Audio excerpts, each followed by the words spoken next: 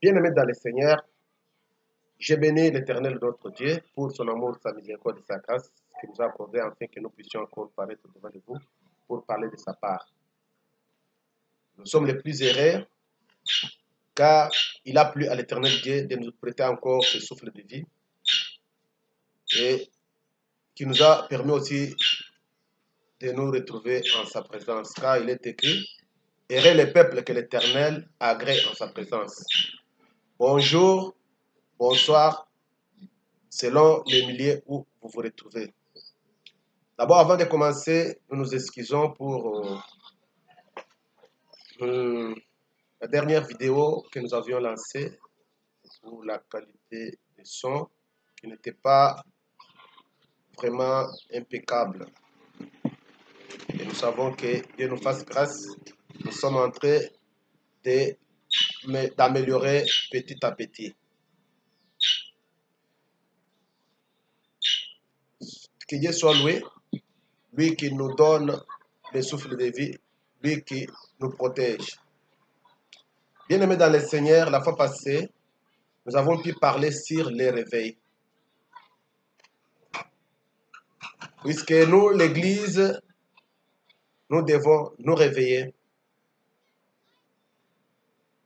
et ne pas demeurer dans le sommeil.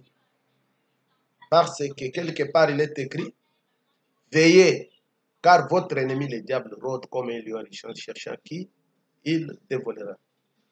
Et le Seigneur lui-même avait dit que les enfants des ténèbres vraiment sont prudents plus que les enfants de lumière. Nous sommes les enfants de lumière. Nous devons veiller parce que nous sommes en train de passer les temps très difficiles où le diable est en train d'engager et de mener les combats d'arrière-garde puisqu'il sait qu'il a peu de temps. Nous allons d'abord lire notre texte de base dans l'Épître aux Romains, chapitre 13, du 11e au 14e verset. Cela importe d'autant plus que vous savez en quel temps nous sommes. C'est l'heure de vous réveiller enfin du sommeil, car maintenant le salut est plus près de nous que lorsque nous avons cru. La nuit est avancée, les jours approchent. Dépouillons-nous donc des œuvres des ténèbres et revêtons les armes de la lumière. Marchons honnêtement comme en plein jour, loin des orgies et des livrogneries, de la luxure et de la débauche, des querelles et des jalousies.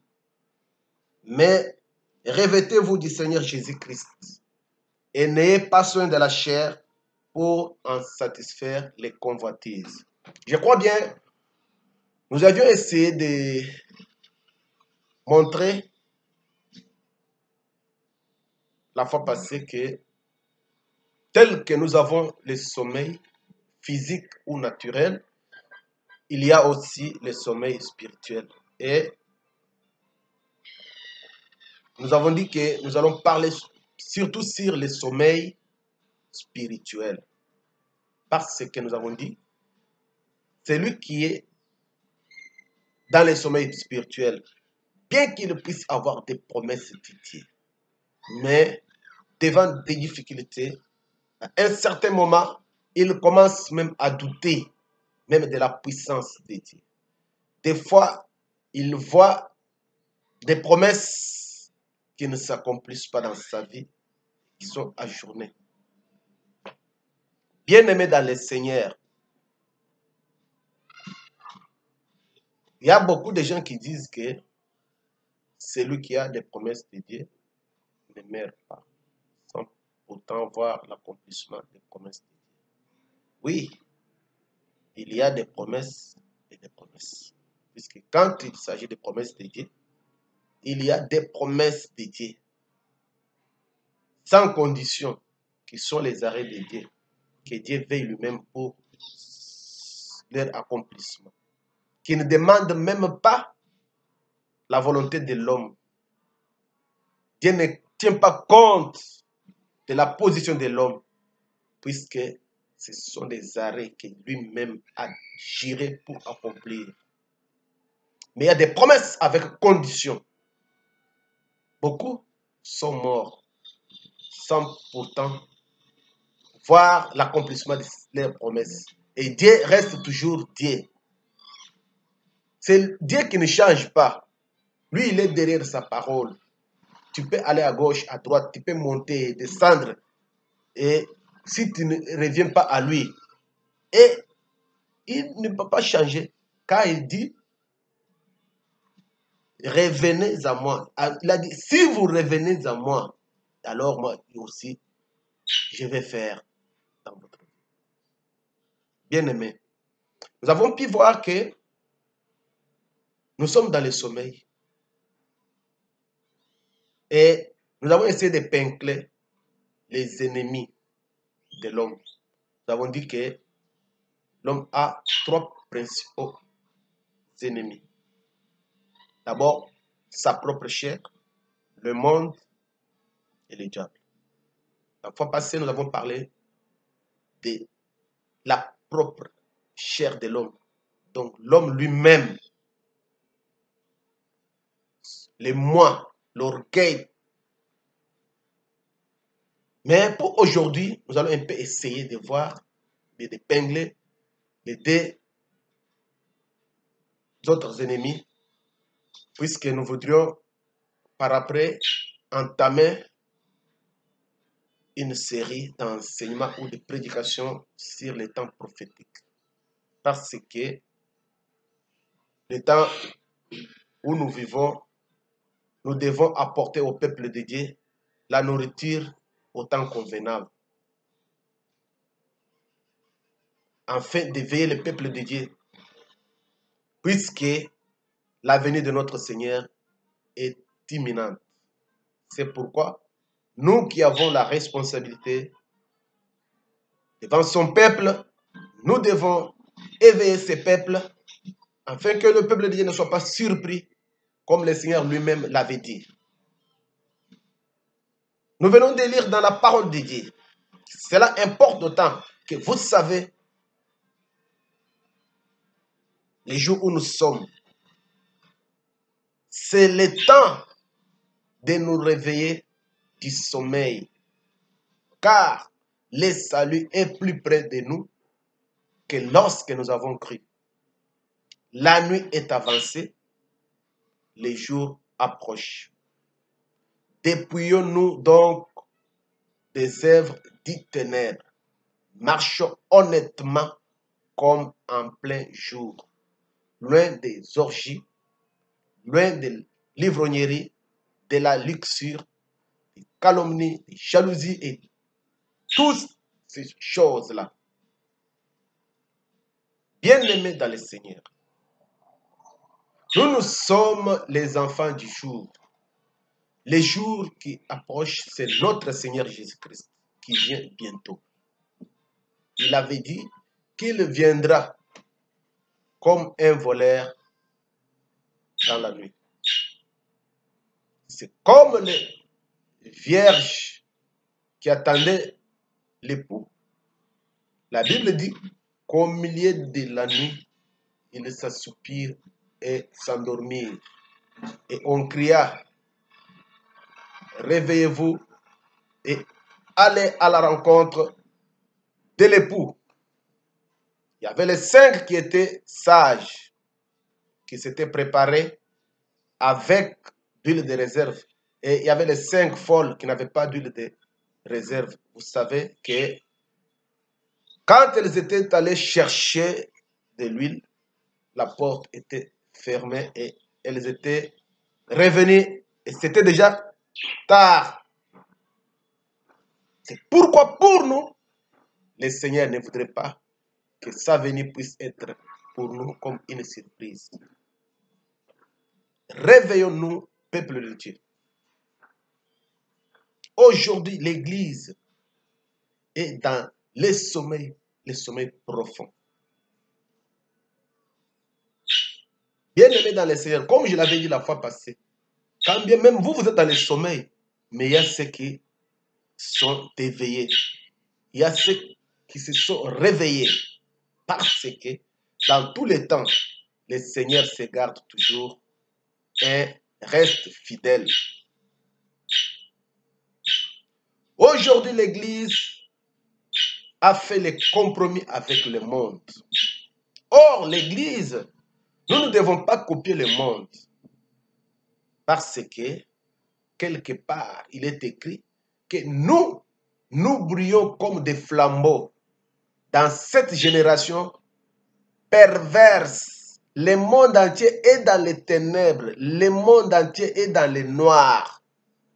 Il y a un peu de lumière pour la présence de l'Église. C'est pourquoi, bien-aimés, nous devons éclairer partout où nous sommes. Parce que le Seigneur avait dit que nous sommes une ville construite sur une montagne. Une lampe qui doit éclairer ceux qui sont dans la maison. Puisqu'on n'allume pas la lampe pour la mettre en dessous du chandelier ou bien en dessous de la table. Mais aujourd'hui, l'Église est en train d'imiter, d'envier le monde, les païens, les athées, les satanistes, ceux qui se commettent dans le monde. C'est ce que les gens apportent dans l'Église. Et cela est aussi autorisé et appuyé par ceux qui sont censés être les conducteurs du peuple de Dieu.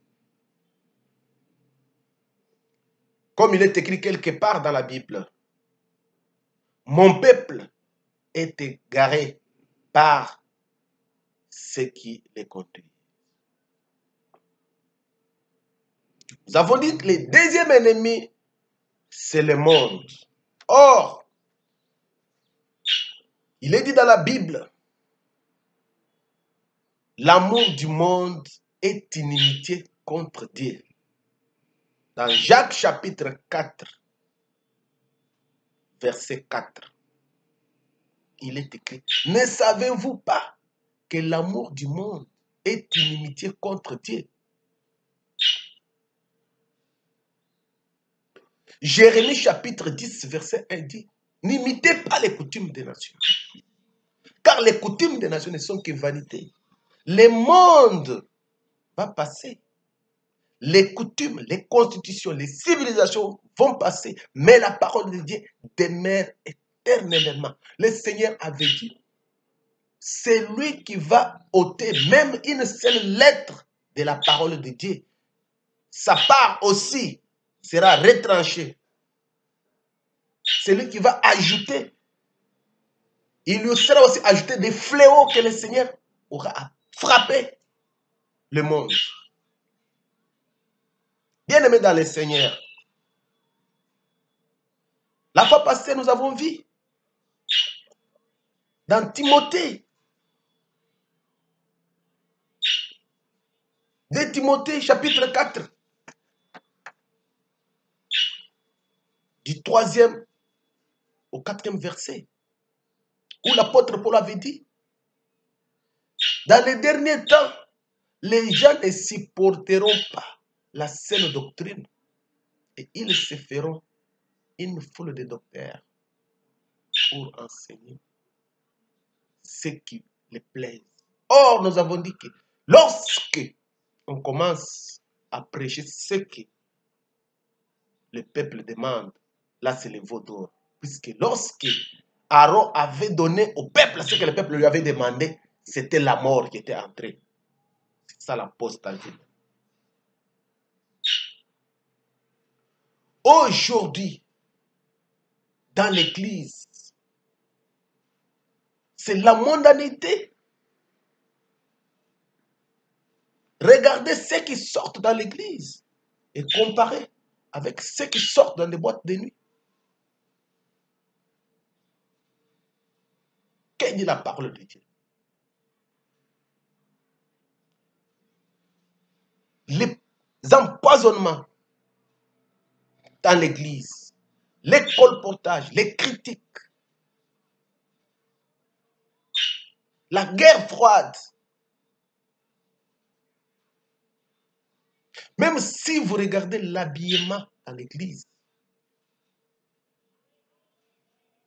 il y a des frères qui entrent dans l'église à des minutes.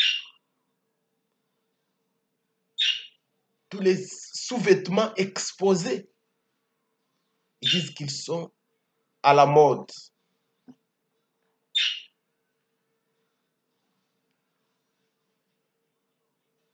Ils disent que c'est les looks, new look.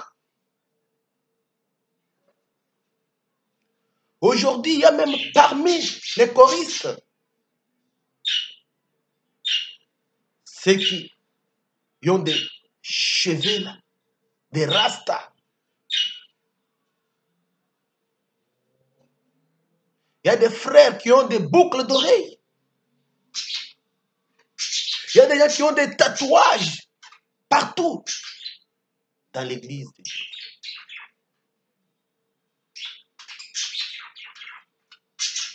Bien-aimés dans le Seigneur, nous devons nous réveiller.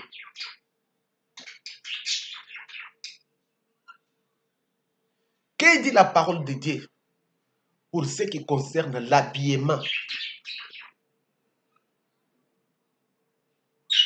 Parce que nous avons vu la fois passée que en Ésaïe chapitre 4, lorsqu'il est écrit, en ce temps-là, 7 femmes saisiront un mari et elles lui diront, fais-nous porter seulement ton nom. Nous allons nous occuper avec notre propre nourriture. Nous allons nous habiller de nous-mêmes. Or, en Romains, il est dit, revêtez-vous du Seigneur Jésus-Christ et n'ayez pas soin de la chair pour en satisfaire des convoitises. C'est-à-dire que notre habit aujourd'hui, c'est le Seigneur Jésus-Christ. Or, Apocalypse dit, réjouissez-vous et soyez dans l'allégresse, car les noces de l'agneau sont venues. Et il a été donné à son épouse de séparer des fins laids, car les fins laids sont les œuvres justes des saints. C'est que nous devons porter notre mari de bonnes œuvres. Parce que lorsque nous avons cru à Jésus-Christ, lui qui est la parole qui a été faite chair, lorsque nous avons cette parole en nous, lorsque cette parole abonde en nous, c'est la plénitude du Saint-Esprit. Et le Saint-Esprit va nous permettre à produire des œuvres.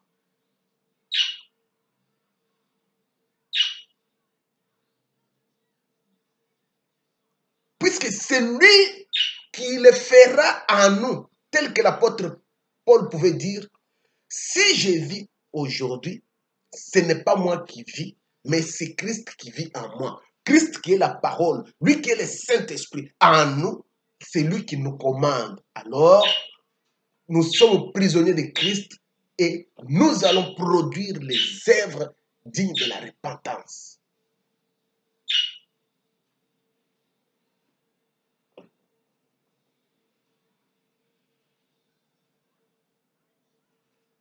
Lisons 1 Pierre 3, 3 à 5.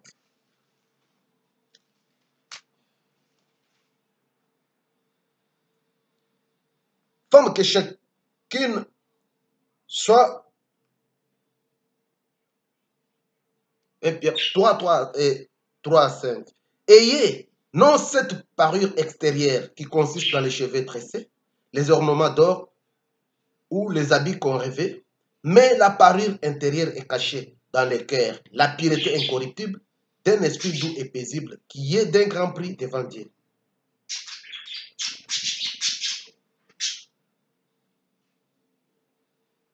Un Timothée 2, 9 et 10.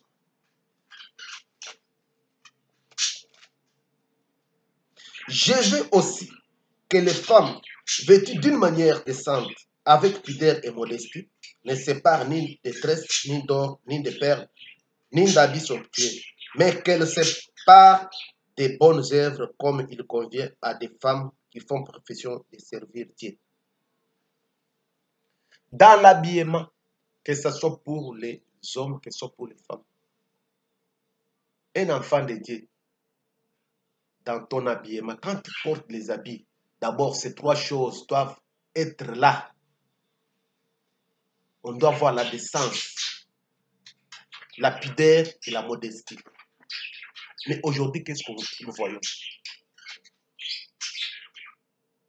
Il y a des femmes qui entrent en église en collant. Ce qu'ils appellent des pantalons là, ce sont des collants. On les appelle des pantalons parce qu'il y a des poches et des tirettes, mais ce sont des collants. Vous regardez quelqu'un, vous voyez tout son corps dessiné. Il entre dans l'église et il dit qu'elle a le Saint-Esprit. Puisqu'aujourd'hui, les gens veulent dire que non, Dieu ne regarde pas le cœur, mais Dieu regarde. Et Dieu ne regarde pas la chair, il regarde le cœur. Or, le Seigneur lui m'avait dit que c'est dans le cœur que viennent les mauvais désirs, les convoitises. Quand tu as porté ces habits-là, avant de quitter ta maison, tu t'es regardé dans les miroirs, mais qu'est-ce que tu avais dit?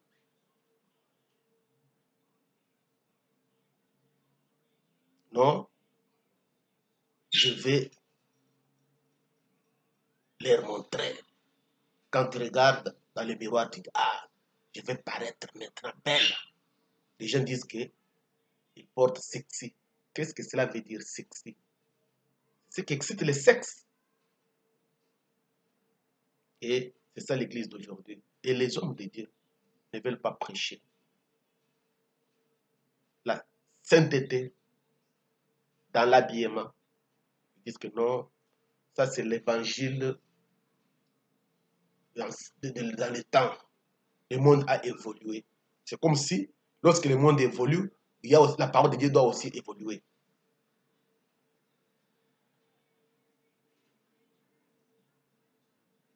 Peuple de Dieu, n'aimez pas ceux qui vous cajolent, ceux qui vous trompent, mais aimez qu'on vous dise la vérité. Parce que c'est comme un enfant qui souffre, qui a une plaie. Lorsqu'on est en train de laver la plaie pour mettre des médicaments, même si l'enfant est en train de pleurer, mais un parent qui aime l'enfant doit nettoyer la plaie jusqu'à voir la chair rouge et mettre le médicament. Lorsque cet enfant grandira, il dira que non, mon père, ma mère m'avait aimé. Que d'entendre les pleurs de l'enfant et les laisser la plaie pourrir pour qu'on puisse amputer les pieds ou les bras. Non. Quand il grandira, il dira, ah, mes parents ne m'avaient pas aimé. S'ils n'avaient pas considéré mes caprices, aujourd'hui, je ne serais pas handicapé. C'est comme ça aussi, avec la parole de Dieu. Parce que, lorsque Israël devait sortir en Égypte, Dieu leur avait dit, il faut manger l'agneau en entièreté et vous le prendrez avec des herbes amères. Mangez l'agneau en entièreté. L'agneau que nous mangeons aujourd'hui, c'est la parole de Dieu que nous devons consommer en entièreté. Nous ne devons pas choisir la parole de Dieu. Avec les herbes amères, toute la parole n'est pas... Ça ne pénètre pas facilement. Il y a d'autres paroles qui entrent avec amertume, avec douleur. Or, David dit, sonde-moi, sonde mon cœur. Parce que Dieu sonde mon cœur. Lorsque tu es devant Dieu, il faut demander que non, si j'ai mal agi, si je suis déjà dérouté, non. Dieu, parle-moi afin que je puisse revenir à toi. Mais aujourd'hui, Akab est mort, mais l'esprit d'Akab demeure encore. Parce que plusieurs sont ceux qui disent que non, ce pasteur-là n'a jamais prêché bien.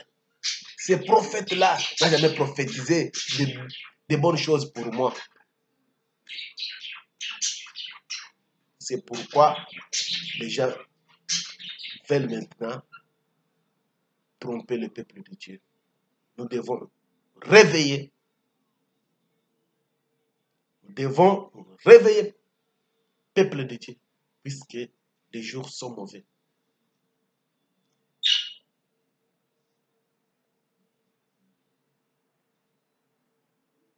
N'aimez pas le monde, ni les choses qui sont dans le monde.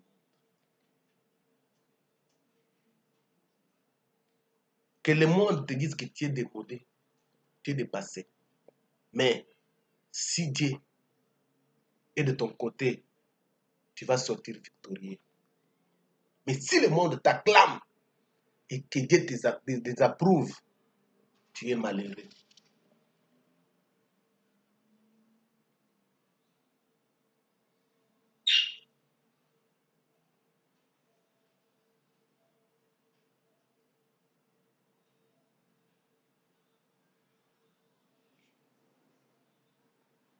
N'aimez pas le monde, peuple de Dieu. Parce que le monde, avec toute sa convoitise, passera. Mais celui qui fait la volonté de Dieu, il demeurera éternellement.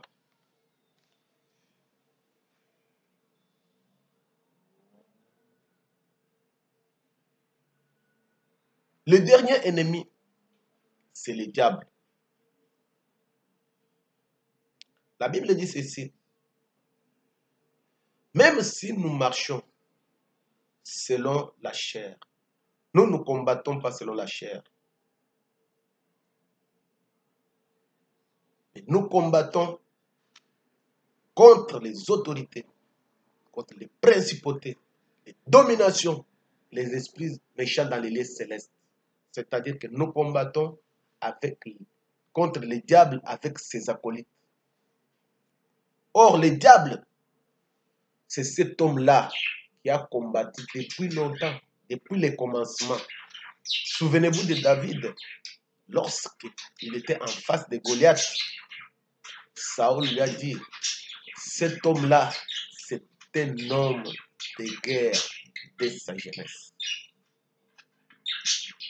Le diable a combattu contre les anges de Dieu. C'est-à-dire que nous menons un combat avec un adversaire que nous ne voyons pas, mais lui, il nous voit. Mais l'avantage que nous avons est que nous combattons dans un combat qui a déjà été combattu. Nous combattons dans un combat qui est indifféré, parce que la victoire est de notre côté. Car il dit, avec le Seigneur Jésus-Christ, nous sommes plus que vainqueurs.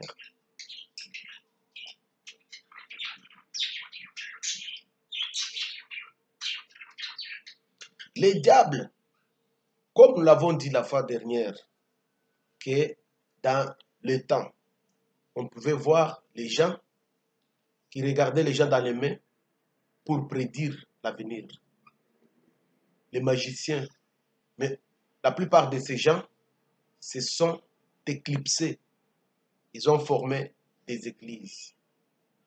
Ils se disent aujourd'hui serviteurs de Dieu, ministres de la parole, prophètes, prophétesses. Parce que le temps où nous vivons, c'est le temps où le diable s'est déguisé. Il n'agit pas ouvertement. Mais pour nous, l'Église, le Seigneur nous avait déjà avertis pour que nous ne soyons pas dans la distraction.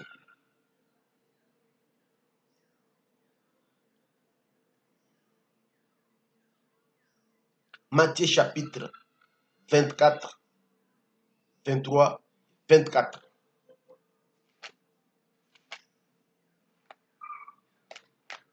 Matthieu 24, 23 et 24.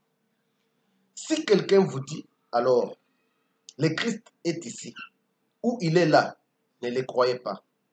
Car il se révélera des faux Christ et des faux prophètes. Ils feront des grands prodiges et des miracles au point de séduire, s'il était possible, même les élus.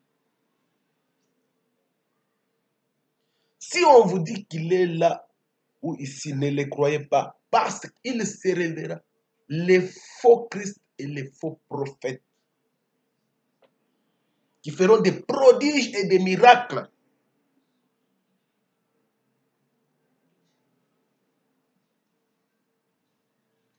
Aujourd'hui, le miracle n'est pas un signe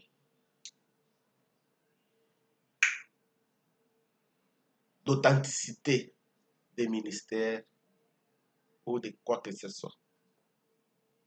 Parce que le diable est un imitateur. Le temps des miracles n'est pas fini. Dieu agit encore aujourd'hui. Il opère encore des miracles. Parce que Jésus-Christ avait dit, tout celui qui croira en moi, il fera des miracles plus que ce que moi je fais. Puisque je m'en vais au Père. Il agit encore jusqu'aujourd'hui. Mais le problème, il faut avoir un œil de l'aigle pour avoir le discernement. Puisqu'aujourd'hui, le diable s'est déguisé. Il agit en coulisses pour séduire l'Église. Apocalypse chapitre 6, verset 1 et 2. Apocalypse 6, 1 et 2. J'ai regardé quand l'agneau ouvrit un des 7 sceaux, et j'attendis l'un des 4 êtres vivants qui disait comme d'une voix de tonnerre, viens. J'ai regardé, et voici, parut un cheval blanc. Celui qui le montait avait un arc. Une couronne lui fut donnée, et il partit en vainqueur et pour vaincre. Ça, c'est l'ouverture du premier sceau. Jean était dans l'île de Patmos lorsque le Seigneur Jésus-Christ était en train de lui faire voir des choses qui sont et qui vont venir. Il a vu à l'ouverture du premier sceau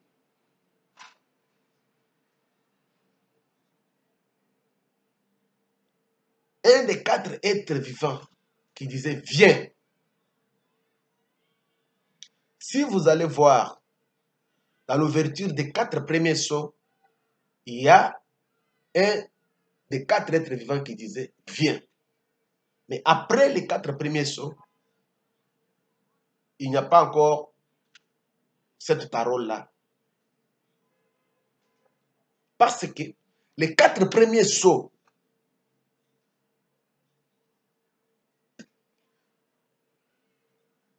sont la charnière entre le temps de l'Église et lorsque l'Église sera enlevée. C'est-à-dire que ça a déjà commencé à se manifester et ça va continuer jusqu'à même lorsque l'Église sera déjà enlevée. Parce que l'apôtre Paul dit ceci. Les mystères de l'iniquité agit déjà. Mais il y a ce qui les freine, afin qu'ils ne puissent paraître qu'en son temps. C'est-à-dire qu'aujourd'hui, le diable est en train d'agir. Mais il y a un frein à cause de la présence de l'Église qui est sur la terre. C'est pourquoi le diable ne peut pas agir ouvertement. Il est en train d'agir en coulisses. Parce que la présence de l'Église, le monde entier est dans les ténèbres. Mais la présence de l'Église, c'est ce qui fait qu'il y a quelques lueurs de lumière.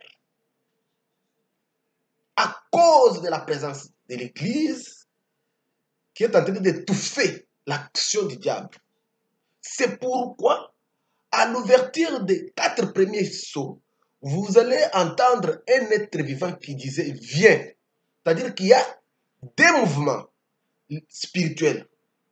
C'est-à-dire un être vivant qui est le mouvement spirituel dédié. Et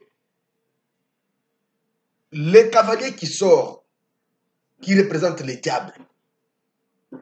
Il y a l'opposition. Quand le cavalier sort, un être vivant dit, viens, je vais t'affronter. Il freine le mouvement du cavalier.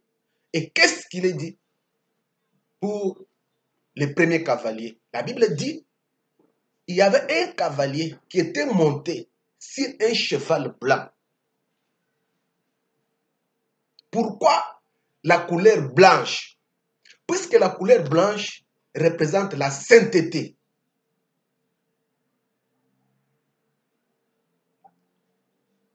C'est-à-dire, le diable aujourd'hui, quand il vient déguisé en peau de brebis, alors qu'à l'intérieur, c'est un loup ravisseur. Nous avons vu en Ésaïe 4, 7 femmes qui disent, nous voudrons seulement que tu ôtes notre opprobre. Nous allons prendre seulement ton nom, mais nous allons nous nourrir de nous-mêmes. Nous allons nous vêtir de nous-mêmes. C'est-à-dire que ces gens-là sont des faux ministres, des faux Christ, des serviteurs du diable. Ils ne prêchent pas l'évangile pour sauver les âmes, pour amener les gens au salut, mais ils prêchent pour leur propre ventre. C'est pourquoi aujourd'hui, vous trouverez la plupart ont changé l'évangile. Ils ont commencé à prêcher l'évangile social pour le bien-être, pour le mariage, pour avoir de la richesse, la prospérité. Ils sont des champions de la prospérité. Pour voyager, je me demande aujourd'hui, avec l'avènement de Corona, si on va prophétiser encore des gens pour des voyages. Parce que presque beaucoup de pays que les gens enviaient pour partir, c'est là où il y a eu beaucoup de morts. Cette pandémie. Mais si c'est la volonté de Dieu, même si tu y vas et qu'il y a la pandémie, Dieu va te protéger. Mais ce n'est pas se mettre toujours à prêcher les gens. Vous allez voyager. Vous allez avoir beaucoup d'argent. Parce que même Israël, Dieu leur avait dit que vous aurez toujours des pauvres au milieu de vous. C'est pourquoi même Dieu avait dit, lorsque vous allez faire la récolte dans votre champ, il faut laisser un coin de champ pour des pauvres et des étrangers.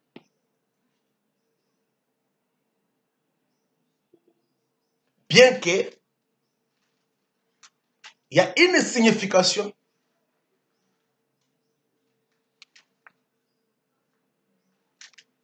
ces pauvres-là, qui n'est pas notre problème maintenant.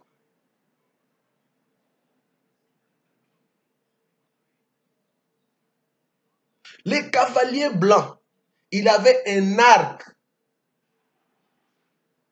mais qui n'avait pas de flèches, c'est-à-dire un évangile social. Or, le Seigneur, c'est lui qui est la parole de Dieu. Il est l'épée à double tranchant. C'est-à-dire la parole de Dieu doit blesser. Lorsque la parole sort, c'est pour façonner, c'est pour tailler, pour enlever des égratignures, pour embellir, afin que l'homme de Dieu puisse avoir la stature d'homme parfait. Puisque c'est ça même l'œuvre du ministère. Perfectionner les saints, édifier l'Église. Lorsque quelqu'un vient à Christ, il vient avec toutes ses imperfections. Et c'est la parole qui doit les tailler.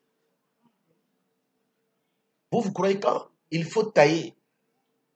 c'est blessant.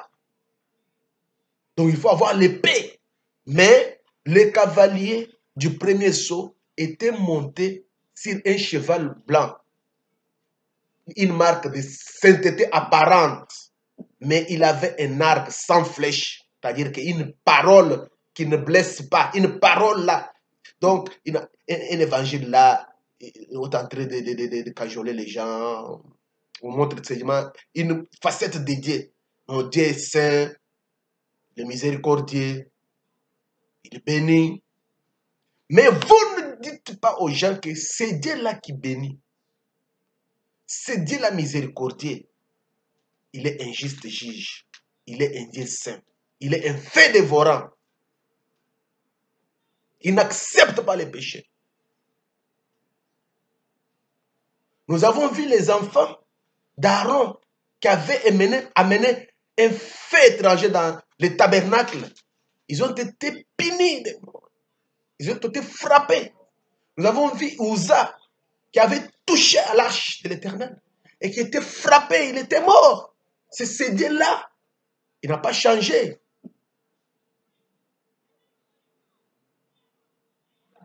Il ne faut pas tromper le peuple de Dieu. Il faut enseigner la sanctification, la crainte de Dieu, la repentance, puisque l'Église doit être préparée pour aller en enlèvement. Or, pour aller à la rencontre de notre Seigneur, il faut que l'épouse puisse paraître sans tache, ni ride, ni rien de semblable. Mais qu'est-ce qui va tailler? C'est la parole. Et non pas l'évangile social. L'évangile des flatteries.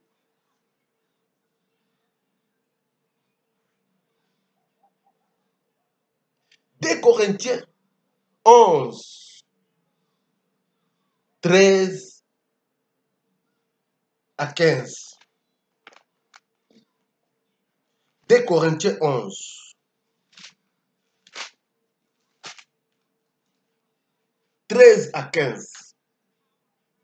Ces hommes-là sont des faux apôtres, des ouvriers trompeurs, déguisés en apôtres de Christ.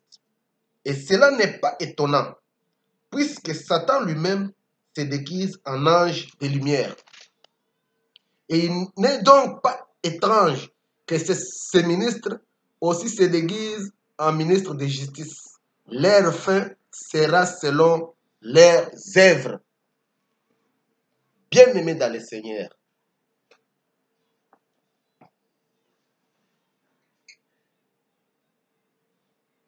oui, quand nous venons à Christ, il nous donne tout, puisque le salut que nous avons en Christ, il y a tout. Il y a la protection, il y a la bénédiction, il y a la sécurité, il y a la prospérité. Mais nous ne devons pas nous attarder dans un seul côté. Non. Puisque si vous voyez bien, dans l'évangile de Matthieu, chapitre 6, verset 33, lorsque le Seigneur était en train de parler sur les biens matériels, il a dit, ne vous inquiétez pas. Ne dites pas avec quoi nous allons nous vêtir, avec quoi nous allons manger. Ne vous inquiétez pas de votre vie, car ce sont des païens, des gens qui n'ont pas l'espérance, qui s'inquiètent de ces choses. Mais votre Père Céleste sait que vous avez besoin de toutes ces choses. Pour vous, recherchez premièrement le royaume et la justice de Dieu. Et toutes ces choses vous seront données par-dessus. Que cela veut-il dire? Cherchez le royaume et la justice de Dieu. Toutes ces choses sont pour les enfants du royaume. Cherchez d'abord à appartenir dans le royaume. Et lorsque vous êtes citoyen du royaume, fils de la maison, tout ce qui est, ce qui vient de votre père vous appartient. C'est comme Esther. Lorsque Esther était dans la maison des femmes, la Bible dit que les femmes étaient gardées dans la chambre des femmes. Elle devait passer là 6 mois en préparation avec des huiles de myrrhe et 6 mois avec des aromates. Et après avoir passé cette année-là de préparation, elle devait passer voir les rois. Et avant d'aller là où il y avait les rois, il y avait une maison qui avait tous les biens, tous les produits de beauté. Tous les biens. Et la fille ou la femme qui devait aller vers les rois pouvait prendre tout ce qu'elle désirait. Mais Esther, lorsqu'il fit son tour, elle n'a pas considéré toutes ces choses. Elle avait une vision. Elle avait dit, moi je vais les rois. Parce que si je gagne la confiance du roi, toutes ces choses me reviendront. Comment vous pouvez chercher les bonus si vous n'êtes pas d'abord abonné à Vodacom, à celle-ci, si vous n'êtes pas abonné à Télécom, si vous n'êtes pas abonné à MTN, à Orange, d'abord, vous devez être abonné et on vous donnera les bonus. C'est comme des matabis. On ne peut pas demander des matabis sans avoir acheté. Vous devez d'abord acheter. Et c'était là, après, qu'on pourra vous faire des ristournes, des bonus. Les bénédictions sont pour les justes, c'est pour les enfants de Dieu. Tu n'as pas encore fait l'effort d'arranger avec Dieu. Dieu n'est pas dit pour te donner quelque chose pour que tu ailles mourir après. Parce qu'il dit quelque part que lorsque l'héritier est un enfant, il ne diffère pas à un esclave. Parce que bien qu'il est le maître de tout, mais ces biens sont encore gérés par des tuteurs et des administrateurs jusqu'au temps convenu. C'est-à-dire que lorsque tu auras la maturité, Dieu va te confier ce qui revient à toi.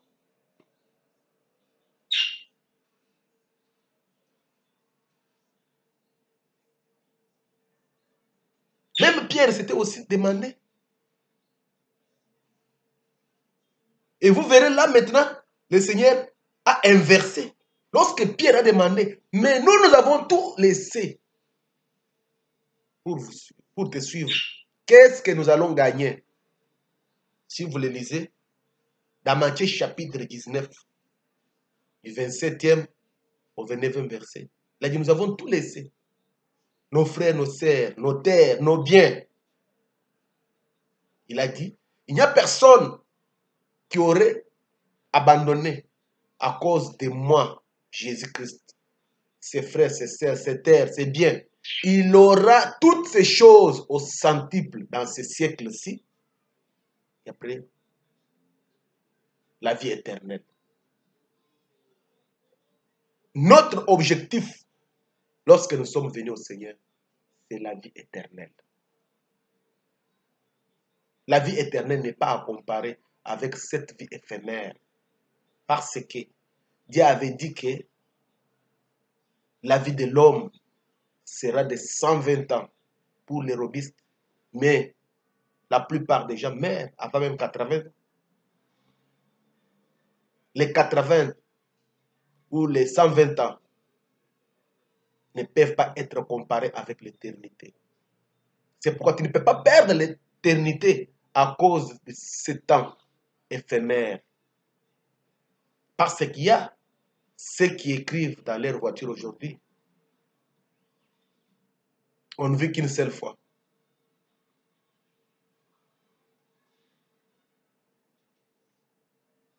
One life, live it. Il y a une seule vie, vivez-la. Même si tu peux vivre 120 ans, même si tu peux aller jusqu'à 150 ans, ça ne peut pas se comparer avec l'éternité. C'est pourquoi, bien aimé dans le Seigneur, il est temps de nous réveiller. Hommes de Dieu, peuple de Dieu, changez votre façon de penser, car le Seigneur vient bientôt. Le diable, avec ses serviteurs, est en train de mener les combats d'arrière-garde.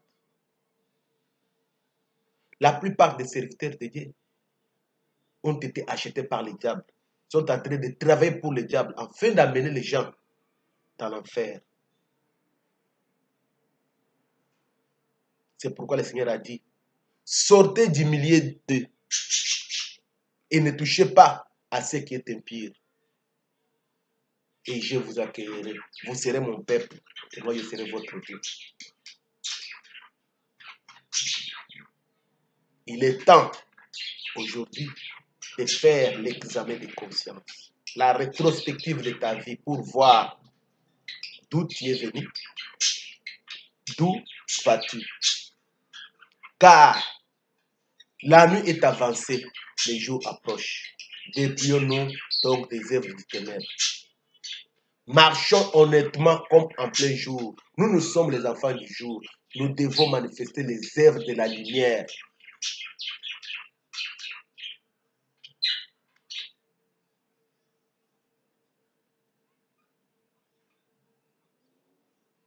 Abandonnez tout ce qui est de la jalousie, de la calomnie, tout ce qui est de la méchanceté, tout ce qui est du péché.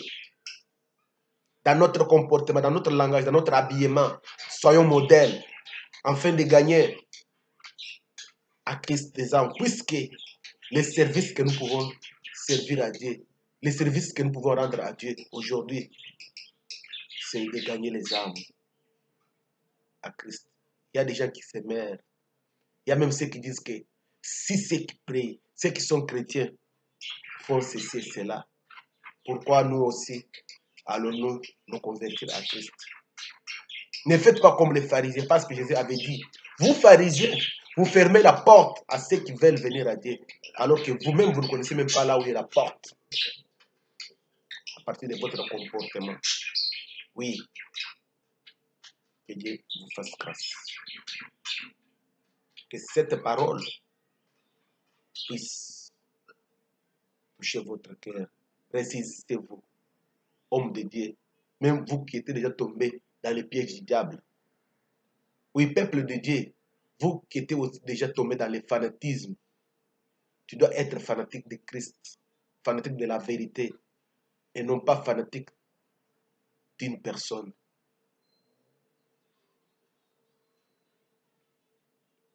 Parce que la Bible dit, maudit soit celui qui se confie à l'homme. Que Dieu vous bénisse.